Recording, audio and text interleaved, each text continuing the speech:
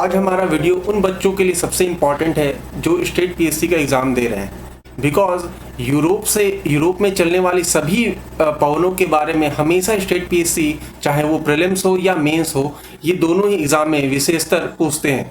तो चलिए देखते हैं कि यूरोप कॉन्टिनेंट्स में कौन कौन सी इवेंट्स चलती हैं जो सबसे इम्पॉर्टेंट है। ठीक है, ये यूरोप कॉन्टिनेंट्स का इमेज मैंने आपके सामने लगा रखा है। देख सकते हैं आप कि कई प्रकार की यहाँ पर हवाएं चलती हैं। ठीक है, चाहे वो मिस्ट्रल हो, चाहे वो हेल्म हो, बोरा हो, फान हो। ध्यान रखिएगा, बहुत सारी जो है हवाएं यहाँ पर चलती हैं और सभी हवाओं के बारे में आपको स्पेशल पढ़ना होगा कि कौन सी हवाओं की क्या विशेषताएं हैं। तो चलिए देखते हैं कि यहाँ पर कौन कौन सी हवाएं किस प्रकार से चलती हैं। ठीक है, सबसे पहले हम ये देख लेते हैं कि ये यूरोप कॉन्टिनेंट जो है वो गोलार्ध में कहाँ पर स्थित है। ठीक है, तो आप देख सकते हैं आपके सामने इंडिया का जो है डायग्राम दिखाई दे रहा है।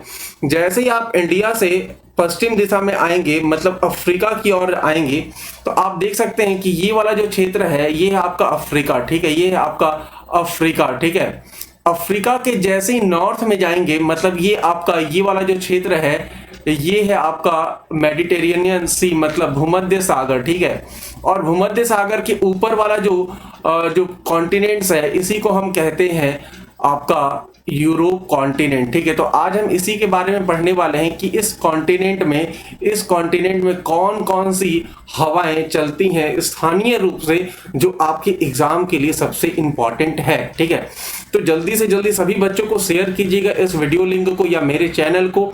मेरा चैनल का नाम है मिश्रा सर और मैं स्वयं उमाशंकर मिश्रा हूं। तो चलिए स्टार्ट करते हैं आज का सेशन। देख सकते हैं आप यूरोप में मैंने यहाँ पर लिस्ट बना दिया कि कौन कौन से विंड के बारे में आपको स्पेशल पढ़ना है। तो जिसमें सबसे पहले नंबर पर है फान विंड। ठीक है, ये फान विंड जो है सबसे इंपॉर्टेंट है और कॉन्सेप्चुअल है। ठीक है, हम विस्तार से यहाँ पर समझेंगे। उसके बाद हम पढ़ेंगे मिस्ट्रल। ठीक है, मिस्ट्रल विंड। उसके बाद देखेंगे बोरा और अंतिम में देखेंगे ब्लिजार्ड। ठीक है, तो ये चार विंड्स के बारे में आज हम यहाँ पर वीडियो बनाने वाले हैं और कंप्लीट रूप से देखेंगे कि कैसे चलती हैं, क्या विशेषताएं रखती है। तो चलिए स्टार्ट करते हैं आज का पहला विंड, फान विंड। ठीक है, ये देख सकते हैं आपके सामने ये फान विंड बना हुआ है। ठीक है, इसके बारे में मैंने नोट्स यहाँ पर बना दिया है, बट नोट्स को पढ़ने से पहले हम कॉन्सेप्ट देख लेते हैं कि कॉन्सेप्चुअल वाइज जो है ये किस प्रकार की हवाएं हैं और कैसे जनरेट होती हैं। ठीक है, आपके सामने जो है ये फर्स्ट इमेज है, इससे ध्यान से देखिएगा ये वाले विंड को। ठीक, ये वाले इमेज को। ग्रीष्म ऋतु में क्या होता है, ध्यान रखिएगा, ग्रीष्म ऋतु में हमेशा ही ये जो हवाएं हैं, ग्रीष्म ऋतु में जो लैंड सरफेस है वहां पर लो प्रेशर डेवलप होता है। कौन सा प्रेशर डेवलप होता है? लो प्रेशर डेवलप होता है। ध्यान रखिएगा, ये हवाएं ग्रीष्म ऋतु में ही चलती हैं। तो ये लो प्रेशर डेवलप होता है स्थलखंड पर। रीजन क्या है? स्थलखंड का टेम्परेचर का बढ़ जाना। ठीक है, स्थल का टेम्परेचर बढ़ने की वजह से स्थलखंड पर कौन सा प्रेशर डेवलप हो रहा है? लो प्रेशर डेवलप हो रहा है। वहीं आपका इस जलीय सतह की बात करें तो ध्यान रखिएगा, जलीय सतह पर हाई प्रेशर डेवलप होता है। ठीक है, मतलब भूमध्य सागर में कौन सा प्रेशर डेवलप हो रहा है? हाई प्रेशर डेवलप हो रहा है। अब आप स्वयं से बता सकते हैं कि हवाएं किस प्रकार से चलेंगी। तो आप बता सकते हैं कि हवाएं जो है हमेशा ही किधर से किधर की ओर चलती है? कौन से प्रेशर बेल्ट से चलती है? हाई प्रेशर बेल्ट से। ये हाई प्रेशर आपके सामने दिखाई दे रहा है। हाई से किधर की ओर चलेगी? लो की ओर चलेगी। बट यहां पर एक कॉन्सेप्ट ये है कि इस मेडिटेरेनियन सी से अगर आप स्विट्जरलैंड की ओर जाएं, तो ध्यान रखिएगा, सबसे पहले अगर भूमध्य सागर से अगर आपको स्विट्जरलैंड जाना है तो ये हवाएं जो है इस प्रकार से चल तो रही हैं, लेकिन ध्यान रखिएगा ये जो आपको ब्राउन कलर का जो दिखाई दे रहा है, आप देख सकते हैं ये कौन सा पर्वत है? आल्प्स पर्वत है। ठीक है, इसका मतलब ये हुआ कि अगर भूमध्य सागर से आप जा रहे हैं तो मेरे हाथ को देखिएगा, अगर आप भूमध्य सागर से हवाएं जा रही हैं तो सबसे पहले हवाएं जो आल्प्स पर्वत पर चढ़ेंगी, ऊपर की ओर चढ़ेंगी, और जब ऊपर की ओर चढ़ने के बाद धीरे धीरे वो क्या होंगी?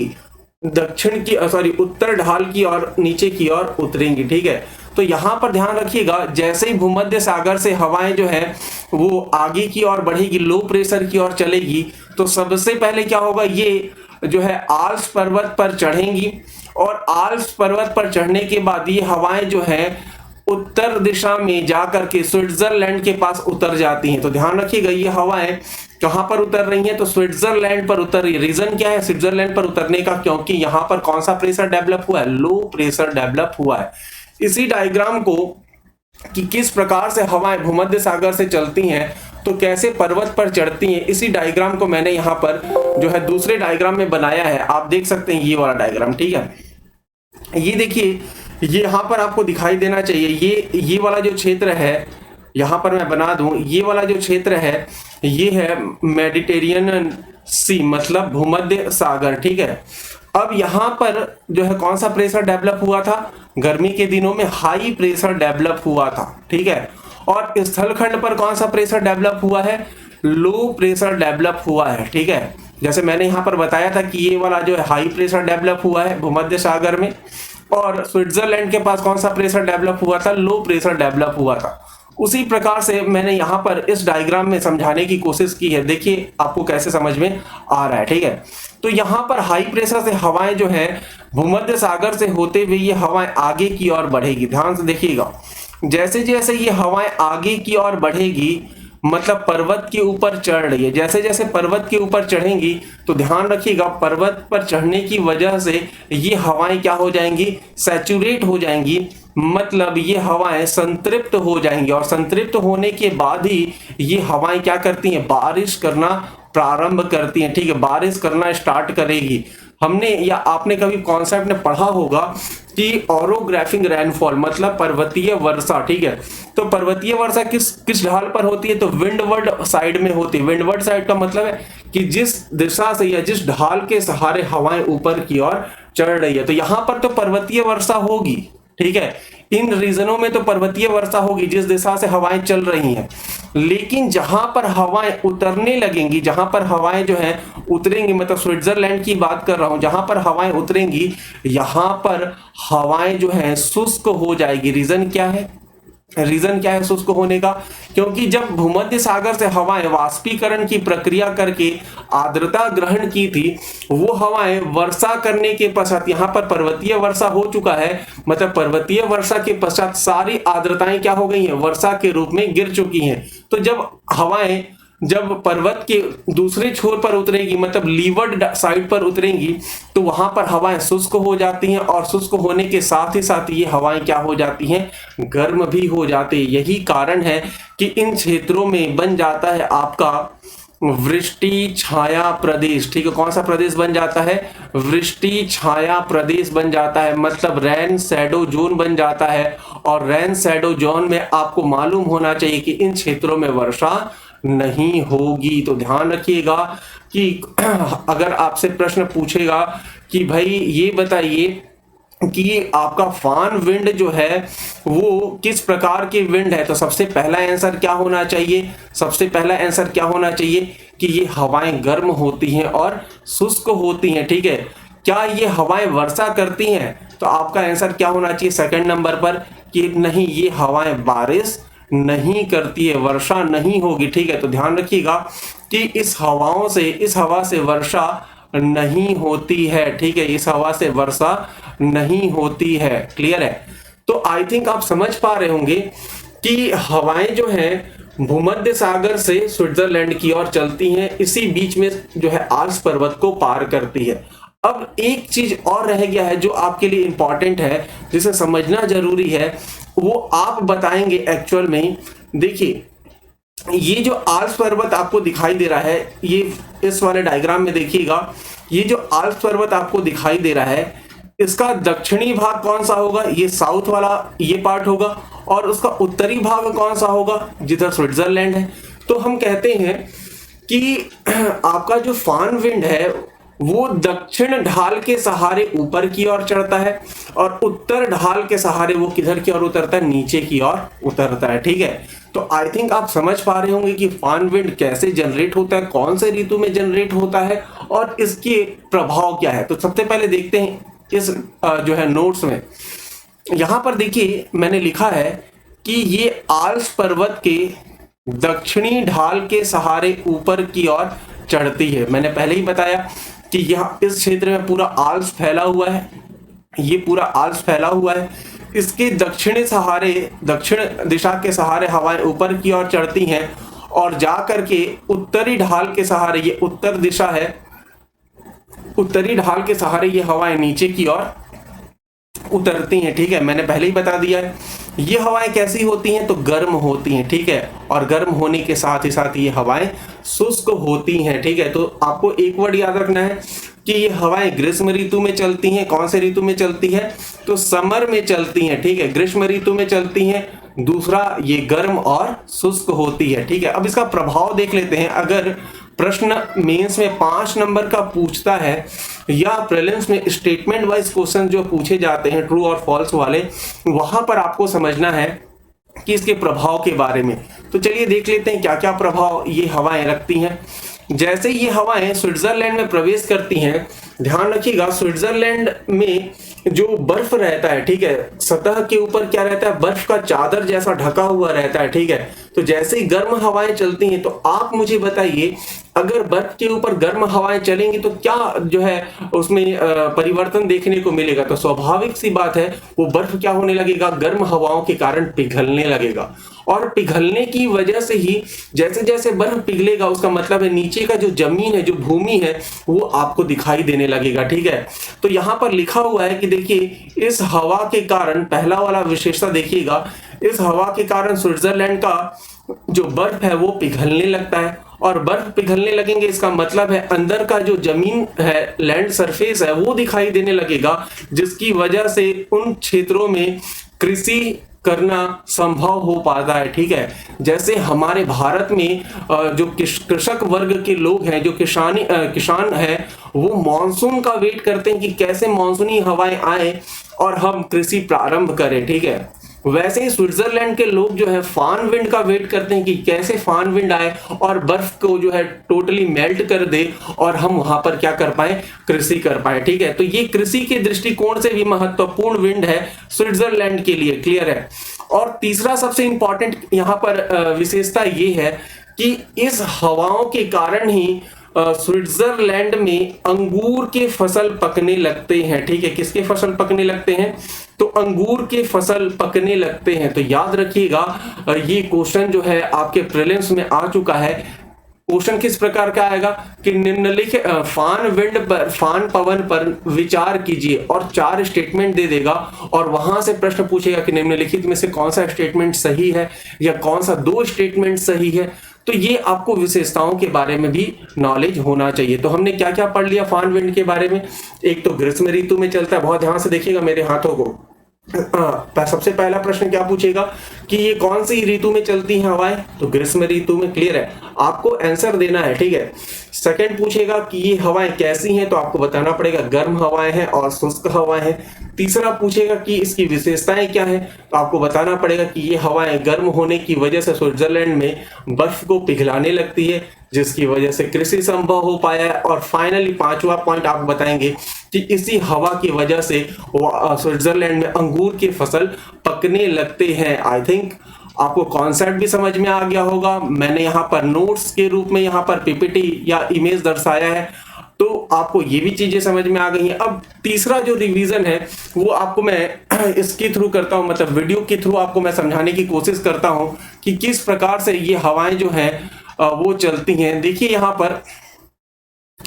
पर ये फान विंड है, किस प्रकार से दक्षिण दिशा में, ध्यान से देखिएगा, आपका जो आल्प्स पर्वत है, आल्प्स पर्वत के दक्षिण दिशा से ये हवाएं जो है चढ़ेंगी। देखिए यहाँ पर दक्षिण दिशाओं से, भूमध्य सागर से ये हवाएं ऊपर की ओर चढ़ेंगी। जैसे जैसे चढ़ेगी धीरे धीरे इनका तापमान कम होगा। ठीक है, तापमान कम होगा तो यहाँ पर सैचुरेट होगी हवाएं और क्लाउड फॉर्म करेगी, मतलब बादल बनाएगी, और यहाँ पर होगा पर्वतीय वर्षा। ठीक है, आप जैसे ड्रॉपलेट्स देख सकते हैं कि यहाँ पर कैसे हवाएं जो है संतृप्त होकर के बारिश कर रही हैं, और इसी बारिश को हमने कहा है पर्वतीय वर्षा। क्लियर है? लेकिन जब हवाएं आल्प्स पर्वत को पार कर जाएंगी, जब आल्प्स पर्वत को पार करेंगी, तो ध्यान रखिएगा इस प्रकार देख सकते हैं, जो रेड कलर का आपको एरो दिख रहा है, वहां से हवाएं नीचे की ओर उतर रही हैं और वहां पर स्विट्जरलैंड है, लो प्रेशर डेवलप हुआ है, तो वहां पर जैसे ही हवाएं पहुंच रही हैं वो क्या हो जा रही हैं, गर्म हो जा रही हैं, ड्राई एयर है, ठीक है। ड्राई एयर कभी भी शुष्क हवाएं बारिश नहीं करती, यहाँ पर रेन शैडो जोन बनता है, तो बारिश तो नहीं होती है, लेकिन हमने जो विशेषताएं पढ़ी है वो सभी विशेषताएं यहाँ पर देखने को मिलती है, ठीक है। यहाँ पर कौन सी विशेषताएं हमने पढ़ा है, तो हमने यहाँ पर पढ़ा है कि ये हवाएं जो हैं जैसे जैसे आगे की ओर बढ़ेंगी गर्म हवाएं होती हैं। यही रीजन है कि यहाँ पर जो है बर्फ जो है पिघलने लगता है, और बर्फ पिघलने की वजह से कृषि संभव हो पाया है। और साथ ही साथ हमने लास्ट विशेषता पढ़ा था कि यहाँ पर क्या संभव हो पाया है, अंगूर का जो फसल है वो पकने लगता है, ठीक है। अंगूर का फसल पकने लगता है कौन से विंड की वजह से, तो फान विंड की वजह से। तो आई थिंक आपने अच्छे से समझ लिया होगा फान विंड को, ठीक है। हमने सभी तरह से आपको फान विंड को समझाने की कोशिश की है। अब हम नेक्स्ट विंड की ओर चलते हैं कि और कौन सी विंड इस यूरोप कॉन्टिनेंट में चलती हैं। तो आप देख सकते हैं सेकंड जो है मिस्ट्रल है, ठीक है। मिस्ट्रल विंड ये भी इंपॉर्टेंट है। क्यों इंपॉर्टेंट है, क्योंकि ये हवाएं जो हैं ठंडी हवाएं हैं। कैसी हवाएं हैं, ये ठंडी हवाएं हैं, ठीक है। और ठंडी होने की वजह से इन हवाओं को ध्रुवीय हवाएं कहते हैं। कौन सी हवाएं कहते हैं, ध्रुवीय हवाएं कहते हैं। अब ये विंड जो है कब चलती है, मतलब कौन सी ऋतु में चलती है, ये समझते हैं। ग्रीष्म ऋतु में तो हमने देख लिया था कि फान विंड चलती है। अब ध्यान से देखिएगा यहाँ पर कि कौन सी हवाएं जो है चल रही हैं। तो यहाँ पर देखिए ये आपका ये वाला जो इमेज है वो एक्चुअल में यूरोप का है, ठीक है। अब देखिए यूरोप में होता क्या है, शीत ऋतु की बात करें तो शीत ऋतु में स्थलखंड का टेम्परेचर कम होता है, जिसकी वजह से स्थलखंड पर हाई प्रेशर डेवलप होता है, ठीक है। कौन सा प्रेशर डेवलप होता है, हाई प्रेशर डेवलप होता है। वहीं भूमध्य सागर में कौन सा प्रेशर डेवलप होता है, लो प्रेशर डेवलप होता है, ठीक है। लो प्रेशर डेवलप होता है। अब हवाएं जो है रिटर्न चलेंगी। ग्रीष्म ऋतु में हमने पढ़ा था कि फान विंड भूमध्य सागर से स्विट्जरलैंड की ओर चलती हैं, ठीक है, या आल्प्स पर्वत के ऊपर चढ़ती हैं। लेकिन शीत ऋतु में क्या होगा, अब हवाएं जो हैं स्थलखंड से किधर की ओर चलेंगी, सागर की ओर चलेंगी, ठीक है। यहाँ पर हाई प्रेशर से ये हवाएं जो हैं, ध्यान से देखिएगा, ये हवाएं जो हैं किधर की ओर आएंगी, लो प्रेशर की ओर आएंगी, ठीक है। तो स्थलखंड से ये हवाएं जो है किधर की ओर आ रही हैं, भूमध्य सागर की ओर आ रही है। ये हवाएं ठंडी होती हैं, और साथ ही साथ ये हवाएं कौन सी होती हैं, ध्रुवीय हवाएं होती हैं, ठीक है।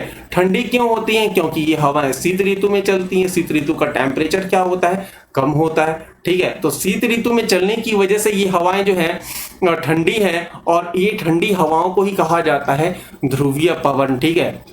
अब ये हवाएं मुख्य रूप से कौन से देश को प्रभावित करती हैं, अगर आपने देखा होगा तो बहुत सारे छोटे छोटे देश जो है आपके यूरोप कॉन्टिनेंट में दिखाई देंगे। तो मोस्टली जो है आपको देश भी याद रखना है। तो आपको याद रखना है, यहाँ पर देखिए फ्रांस, ये मैंने जो लिखा हुआ है वहां पर देखिएगा, फ्रांस और स्पेन, ठीक है। फ्रांस और स्पेन ये दो देश हैं जो सर्वाधिक रूप से प्रभावित होते हैं इस मिस्ट्रल विंड से। अब आपसे एक प्रश्न है कि जहां पर ठंडी हवाएं चलती हैं तो उस देश का टेम्परेचर को वो क्या करेंगी, तो ध्यान रखिएगा, जिस देश में ये हवाएं चलेंगी वहां के टेम्परेचर को वो क्या कर देती है, कम कर देती है, ठीक है। क्यों कम कर देती है, ठंडी हवाएं हैं। लेकिन यहां पर हमने पहले ही बता दिया कि ये हवाएं ध्रुवीय हवाएं हैं, ठीक है। यही रीजन है कि स्पेन और फ्रांस, ठीक है, स्पेन और फ्रांस में जब ये हवाएं चलती हैं शीत ऋतु में, ध्यान रखिएगा कौन से ऋतु में चलती हैं, शीत ऋतु में चलती हैं। तो जब शीत ऋतु में ये हवाएं चलती हैं तो टेम्परेचर को 0 डिग्री सेल्सियस, ठीक है, 0 डिग्री सेल्सियस से कम कर देती है, ठीक है। टेम्परेचर को 0 डिग्री सेल्सियस से कम कर देती है, इतनी ठंडी हवाएं हैं। तो 0 डिग्री सेल्सियस का मतलब है फ्रीजिंग पॉइंट, मतलब हिमांक से भी ये हवाएं क्या कर देती हैं, टेम्परेचर को कम कर देती हैं। तो आई थिंक आपने समझ लिया होगा। अब अगर आपसे नोट्स पूछा जाए कि किस प्रकार से, अगर आपसे मेन से पूछेगा तो आपको लिखना है, तो यहां पर देखिएगा किस प्रकार से आपको लिखना है। देखिए ये ठंडी ध्रुवीय हवाएं हैं, कैसी हवाएं हैं, ये ठंडी है और ध्रुवीय हवाएं हैं, ठीक है। ये यहाँ पर हम देखेंगे कि ये ठंडी और ध्रुवीय हवाएं हैं, और जो शीत ऋतु में, ठीक है, जो शीत ऋतु में फ्रांस और स्पेन में चलती है। कहां पर चलती है? फ्रांस और स्पेन में चलती है, जहां पर इसके चलने की वजह से टेम्परेचर जो है वो हिमांक से कम हो जाता है, ठीक है। तो ये हमने देखा कि मिस्ट्रल विंड किस प्रकार की हवाएं हैं। इसी से मिलता जुलता, इसी प्रकार की ध्रुवीय हवाएं या इसी प्रकार की ठंडी हवाएं एक और है जो यूरोप में सेम टाइम में चलती है, मतलब शीत ऋतु में ही चलती है। उसका नाम है बोरा, ठीक है। नाम क्या है? बोरा विंड, ठीक है। बोरा विंड कहां पर चलती है ये हम देख लेते हैं सबसे पहले। उसके बाद फिर से हम एक वीडियो के माध्यम से समझेंगे कि हवाओं की विशेषताएं क्या है, ठीक है। इस डायग्राम में आप देख पा रहे होंगे, ये आपका यूरोप कॉन्टिनेंट है, ठीक है। ये आपका यूरोप कॉन्टिनेंट है और इस क्षेत्र में ध्यान रखिएगा, शीत ऋतु में मैंने पहले ही बताया कि शीत ऋतु में स्थलखंड का टेम्परेचर क्या हो जाता है? कम हो जाता है, जिसकी वजह से इस क्षेत्र में कौन सा प्रेशर डेवलप होता है? हाई प्रेशर डेवलप होता है, ठीक है। लेकिन यहां पर अगर यूरोप कॉन्टिनेंट के मानचित्र को आपने देखा है तब आपको ये मालूम होना चाहिए कि ये वाला जो क्षेत्र है, ठीक है, मैं डायग्राम को थोड़ा सा जूम कर देता हूं जिससे आपको समझ में आए। ये मैंने हाई प्रेशर लिखा है। ये जो आपका जलीय सतह है ये है एड्रियाटिक सी। कौन सा सागर है? ये एड्रियाटिक सागर है, ठीक है। ये आपका एड्रियाटिक सागर है, ठीक है। अब याद रखिएगा ये जलीय सतह है, ठीक है। तो जलीय सतह का मतलब है कौन सा प्रेशर डेवलप होगा? लो प्रेशर डेवलप होगा। आई थिंक आपको दिखाई दे रहा है, लो प्रेशर डेवलप होगा, ठीक है। और यहीं पर केवल लो प्रेशर डेवलप नहीं होगा, बहुत ध्यान समझिएगा। जहां जहां पर जलीय सतह होंगी वहां पर लो प्रेशर डेवलप होगा। तो यहां पर मैंने बता दिया कि ये आपका जो है जलीय सतह एड्रियाटिक सी है, तो लो प्रेशर डेवलप हुआ। और ये भूमध्य सागर है, भूमध्य सागर जो है वहां पर भी जलीय सतह है, इसका मतलब यहां पर भी लो प्रेशर डेवलप होगा। तो यहां पर इस सेकंड वाले डायग्राम में आपको अच्छे से समझ में आएगा। यहां पर मैंने बताया स्थलखंड है, मतलब हाई प्रेशर डेवलप है, मतलब हाई प्रेशर से हवाएं किधर की ओर जाएंगी? लो प्रेशर की ओर जाएंगे। और लो प्रेशर कहां पर बना है? ये एड्रियाटिक सी है, ठीक है। ये वाला जो पार्ट है एड्रियाटिक सी है। तो हाई प्रेशर से किधर की ओर जाएंगी हवाएं? लो प्रेशर की ओर जाएंगी, ठीक है। कैसी हवाएं होंगी? तो ध्यान रखिएगा, ठंडी हवाएं होंगी। क्यों ठंडी हवाएं होंगी? क्योंकि ये हवाएं मिस्ट्रल विंड की तरह विंटर सीजन में चलती है, मतलब शीत ऋतु में चलती है। क्लियर है? तो अगर आपसे बोरा विंड के बारे में पूछा जाए तो आपको क्या बताना है कि बोरा विंड जो है मिस्ट्रल विंड के समान ही एक विंड है जो है शीत ऋतु में एड्रियाटिक सी की ओर चलती है, या ऐसा कहें कि यूरोप के पूर्वी किनारों पर चलती है, ठीक है। तो यहां पर देखिए किस प्रकार से ये मैंने नोट्स बनाया है। ये देख सकते हैं आप, ये ठंडी और शुष्क हवा होती है जो एड्रियाटिक सागर के पूर्वी किनारों पर चलती है, एड्रियाटिक सागर के पूर्वी किनारों पर चलती है और यह इटली को भी प्रभावित करती है। अब आप समझ सकते हैं कि जो हवाएं इस क्षेत्र से आगे की ओर बढ़ेगी, इस क्षेत्र से ये हवाएं जैसे ही आगे की ओर बढ़ेगी, मैं कलर चेंज कर देता हूं जिससे नए बच्चों को भी अच्छे से समझ में आ सके, ठीक है। ये हवाएं जैसे ही हाई प्रेशर से निकलेंगी, ठीक है, एड्रियाटिक सी में पहुंचेंगी और एड्रियाटिक सी को जैसे ही क्रॉस करेगी ना, तो ये आपको जो लैंड सरफेस दिखाई दे रहा है ये कोई और नहीं, यही जो है आपका इटली है। तो इटली को भी क्या कर देती है? ये प्रभावित कर देती है। तो चलिए इसको भी हम एक जो है वीडियो के माध्यम से समझते हैं जिससे आपको और भी अच्छे से समझ में आ सके, ठीक है। तो मैं कोशिश कर रहा हूं कि आपको चीजें जो है बहुत अच्छे से समझ में आए। ये देखिए, सबसे पहले देखेंगे मिस्ट्रल विंड क्या है, ठीक है, किस प्रकार से ये हवाएं जो है चलती हैं। तो देख सकते हैं आप, ये कोल्ड करंट है। आप देखिए कैसे ये हवाएं जो है ये हवाएं जो है मैंने मिस्ट्रल विंड के बारे में सबसे पहले बताया है कि ये हवाएं कैसे भूमध्य सागर की ओर आ रही हैं, ठीक है। तो यहां पर देखिए मिस्ट्रल विंड जो है, ये यहां पर आप देख सकते हैं मिस्ट्रल विंड की कहानी कि किस प्रकार से ये हवाएं चल रही हैं।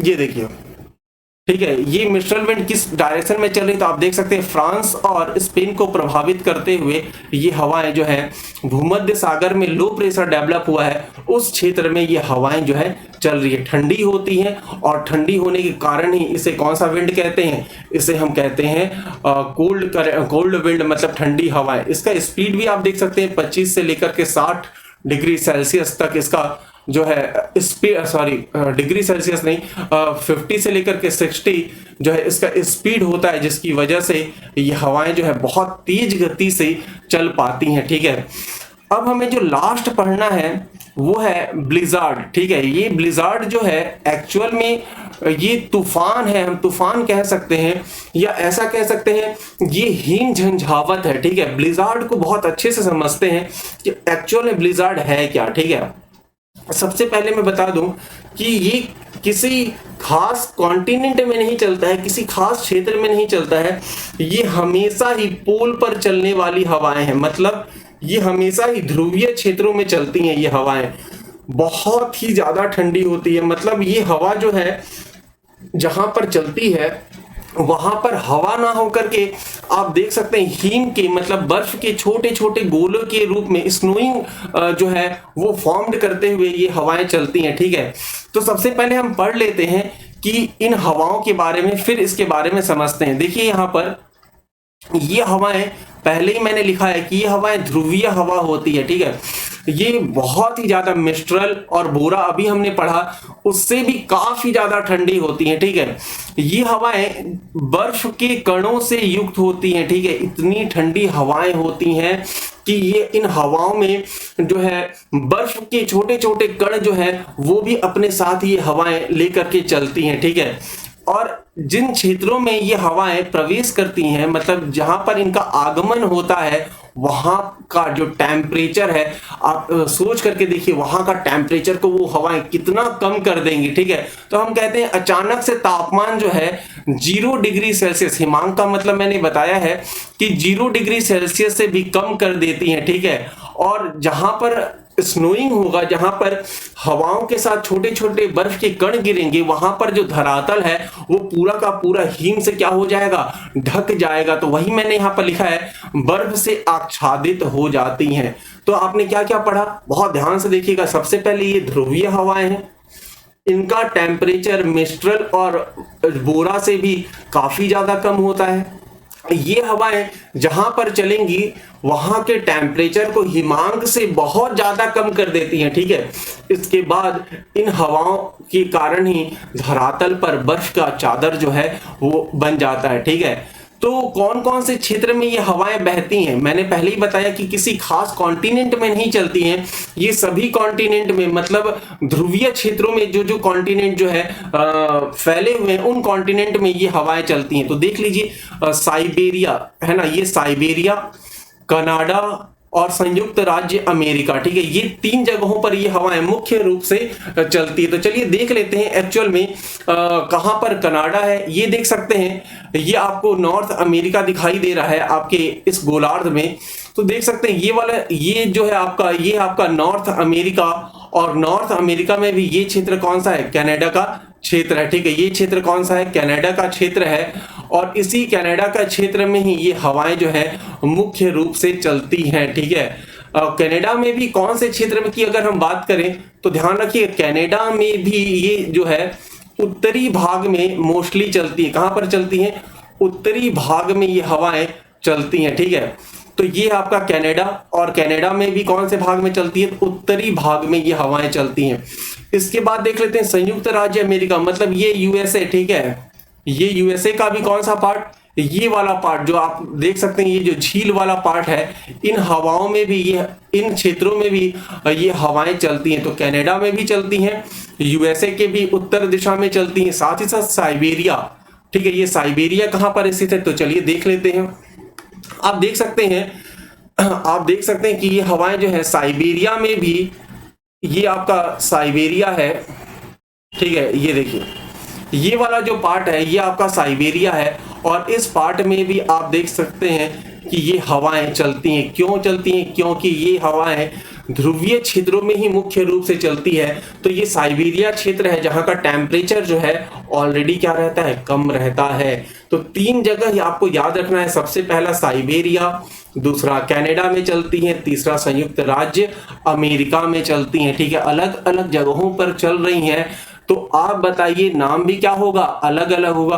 जैसे कि आपका घर का नाम अलग होता है, आपके दोस्तों के सामने आपका नाम अलग होता है, और जो है प्रोफेशनल जगहों पर आपका नाम अलग होता है। तो वैसे ही विंड है, यूएसए में इसे नॉर्डर्न कहते हैं। ठीक है, और साइबेरिया में क्या कहते हैं, बुरान कहते हैं। ठीक है, प्रीलिम्स का क्वेश्चन है बुरान, यहां से क्वेश्चन पूछा भी है।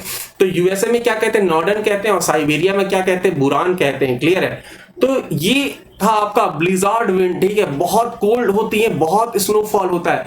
अगर अभी मैं आपको वीडियो दिखाने वाला हूं, आप देखेंगे वीडियो में किस प्रकार से ये हवाएं जो है बर्फ के साथ चलती हैं। आपको विश्वास नहीं होगा, ये हवाएं इस प्रकार से चलेंगी। ठीक है, ये आप देखिए, आप देख सकते हैं कि किस प्रकार से ये हवाएं जो है बर्फ के छोटे छोटे कणों को लेकर के चल रही हैं। ध्रुवीय हवाएं है, ब्लिजार्ड है, और ये हवाएं जहां पर चलेंगी, ध्यान रखिएगा, जहां पर चलेंगी वहां पर पूरे बर्फ से उस क्षेत्र को क्या कर देती है, ढक देती है।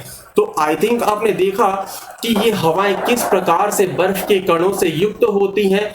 ये हवाएं बर्फ से क्षेत्र को ढक देती हैं, जिसकी वजह से आप देख सकते हैं किस प्रकार से ये क्रेन जो है बर्फ को उठाने के लिए स्पेशल रूप से यहाँ पर जो है लाया गया है। ठीक है, तो ये था आपका ब्लिजार्ड। ठीक है, ये था आपका ब्लिजार्ड जिसे हमने अभी समझा है। ठीक है, इसके बाद हम देखने वाले हैं कि ये हवाएं जो हैं बर्फ के कणों से युक्त तो होती हैं, जहां पर चलती है वहां के टेम्परेचर को क्या कर देती है, हिमांक से बहुत ज्यादा कम कर देती हैं। ठीक है, तो ये था आपका ब्लिजार्ड विंड। आई थिंक आपको बहुत अच्छे से समझ में आया होगा कि ब्लिजार्ड विंड किसी खास जगह पर नहीं चलती है, केवल और केवल ध्रुवीय क्षेत्रों में चलती हैं, बहुत ठंडी होती हैं, बर्फ के कणों से युक्त होती हैं। यूएसए में इसका नाम नॉर्डर्न है और साइबेरिया में इसका नाम बुरान है। ठीक है, तो ये था आपका यूरोप में चलने वाले इवेंट्स। अगर आपको वीडियो अच्छा लगे तो प्लीज सब्सक्राइब कीजिएगा। अगर वीडियो अच्छी लगे तो लाइक जरूर करना है, शेयर तो करना ही करना है। और अगर आपको ये सारी पीपीटीज चाहिए तो आप इस जो है टेलीग्राम चैनल के थ्रू, इस लिंक के थ्रू आप मेरे साथ जुड़ सकते हैं टेलीग्राम चैनल में, जहां पर आपको कंप्लीट जो है ये पीपीटीज आपको मिलने वाले हैं, जिससे आपका नोट्स जो है वो प्रिपेयर हो जाए। ठीक है, तो अगर वीडियो अच्छे लगे तो सभी बच्चों के साथ शेयर कीजिएगा। इस चैनल का नाम है, आप याद रखिएगा, मिश्रा सर। ठीक है, तो इस नाम से आपको सर्च करना है, जिससे आप सभी को ये चैनल मिल सके। तो नेक्स्ट वीडियो के लिए तैयार रहिएगा। तब तक के लिए सभी कोई सुरक्षित रहिए, स्वस्थ रहिए, और कोरोना जैसे महामारी से बच के रहिएगा, घर में रहिएगा और पढ़िएगा। तब तक के लिए गुड बाय।